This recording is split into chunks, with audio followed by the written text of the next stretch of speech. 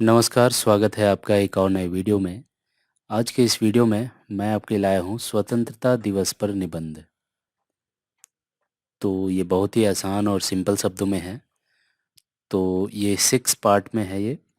सबसे पहले हम प्रस्तावना लिखेंगे, उसके बाद स्वतंत्रता दिवस का महत्व लिखेंगे, स्वतंत्रता दिवस का इतिहास लिखेंगे, उसके बाद स्वतंत्रता दिवस कैसे मनाया जाता है इसके बारे में लिखेंगे, स्वतंत्रता दिवस का महत्वपूर्ण संदेश क्या होता है वो उसके बारे में लिखेंगे और अंत में हम निष्कर्ष लिखेंगे।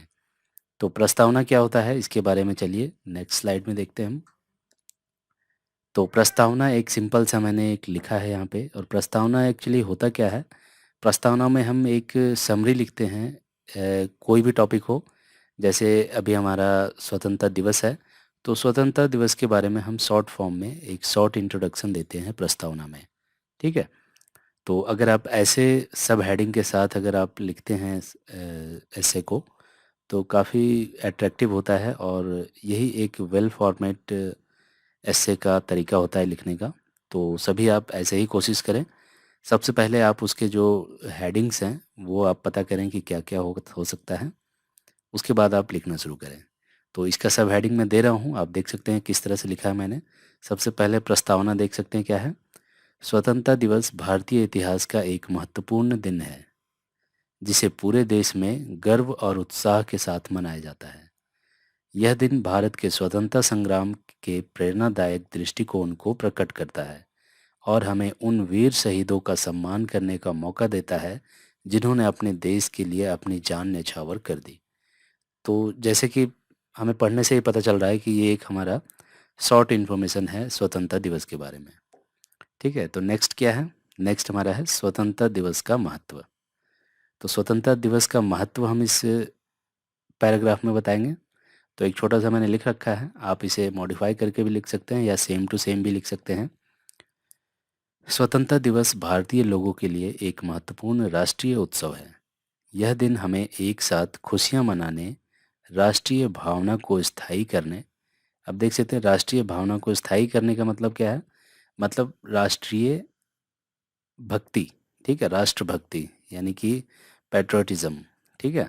तो राष्ट्रीय भावना को स्थायी करने और एकजुट होने का अवसर प्रदान करता है। इस दिन पूरे देश में तिरंगा झंडे और राष्ट्रीय ध्वज, देख सकते हैं यहाँ पे कॉमा है, राष्ट्रीय ध्वज गान के साथ फहराए जाते हैं। लोग स्कूलों, कॉलेजों, सरकारी दफ्तरों और अन्य सार्वजनिक स्थानों पर भाषण, संगठन और कई सांस्कृतिक कार्यक्रमों में भाग लेते हैं। तो ये इसका महत्व हो गया। महत्व के बारे में आप इसके और भी ब्रीफ में लिख सकते हैं, मैंने इसे शॉर्ट रखा है। तो आगे देखते हैं क्या है। तो नेक्स्ट पैराग्राफ है स्वतंत्रता दिवस का इतिहास। तो किसी भी चीज़ को हम लिखते हैं, कोई भी टॉपिक हो, उसका इतिहास के बारे में भी हम एक टॉपिक बना सकते हैं। ठीक है, तो देख सकते हैं यहाँ पे क्या लिखा है मैंने। स्वतंत्रता दिवस का इतिहास भारतीय इतिहास के सबसे महत्वपूर्ण अध्यायों में से एक है। 15 अगस्त 1947 को भारत ने ब्रिटिश शासन से आज़ाद होकर स्वतंत्रता प्राप्त की थी।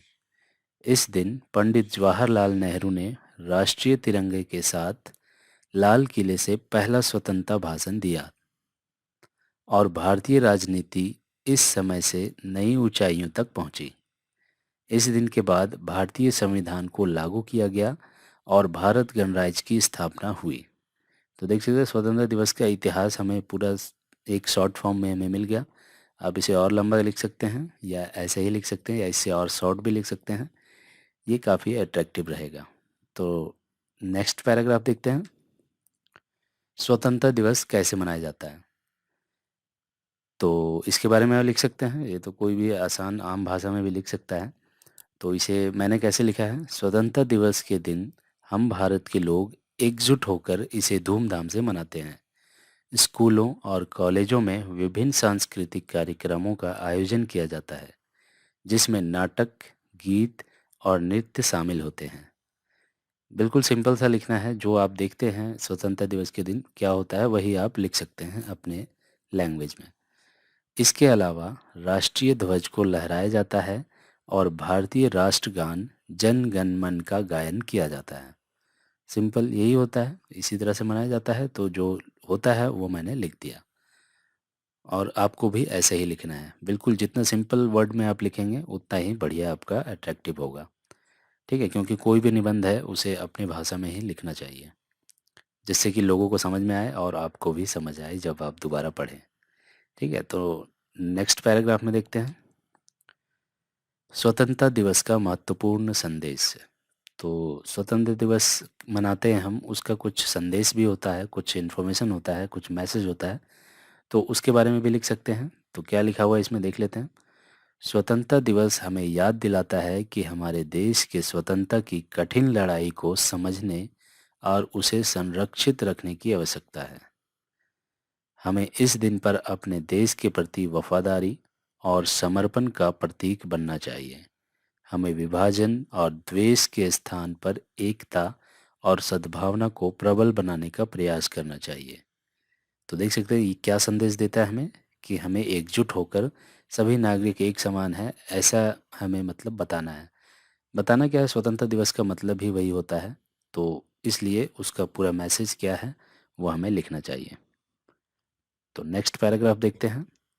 अब ये हो गया निष्कर्ष। निष्कर्ष हमेशा लास्ट में लिखते हैं हम, तो ये हमारा सबसे लास्ट पैराग्राफ है, तो इसमें निष्कर्ष लिखते हैं। निष्कर्ष में क्या है कि जितना भी हमने लिखा ऊपर, उसका जो क्या संदेश है, क्या इम्पोर्टेंस है, क्या महत्व है, इसके बारे में सभी का एक सार, यानी कि जो समरी कहते हैं, वो समरी हमें लिखना होता है निष्कर्ष में।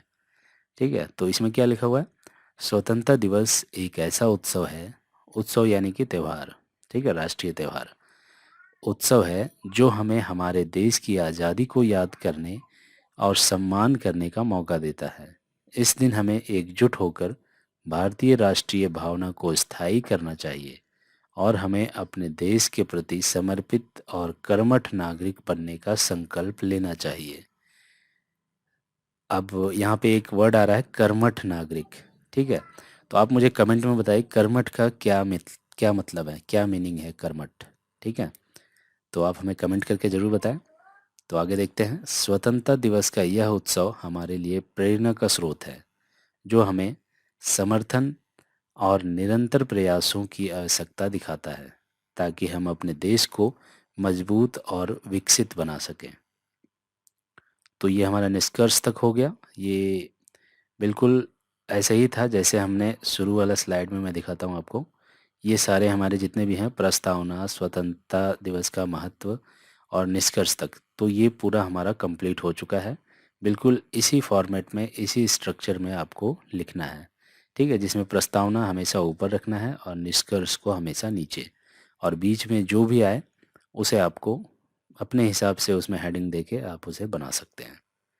ठीक है, तो जो सवाल मैंने पूछा है उसका जवाब ज़रूर दें। अगले वीडियो में मैं उसका जवाब बताऊंगा, और जो सही जवाब दिए हैं उसका भी मैं नाम यहाँ पे दिखा दूंगा। तो इस वीडियो में बस इतना ही। उम्मीद है ये छोटा सा इन्फॉर्मेशन आपको पसंद आया होगा। पसंद आए तो इसे लाइक करें, शेयर करें। अगर कोई सवाल या सुझाव हो तो नीचे कमेंट करके हमें बता सकते हैं। और चैनल पे नए हैं तो प्लीज़ इसे सब्सक्राइब कर लीजिए।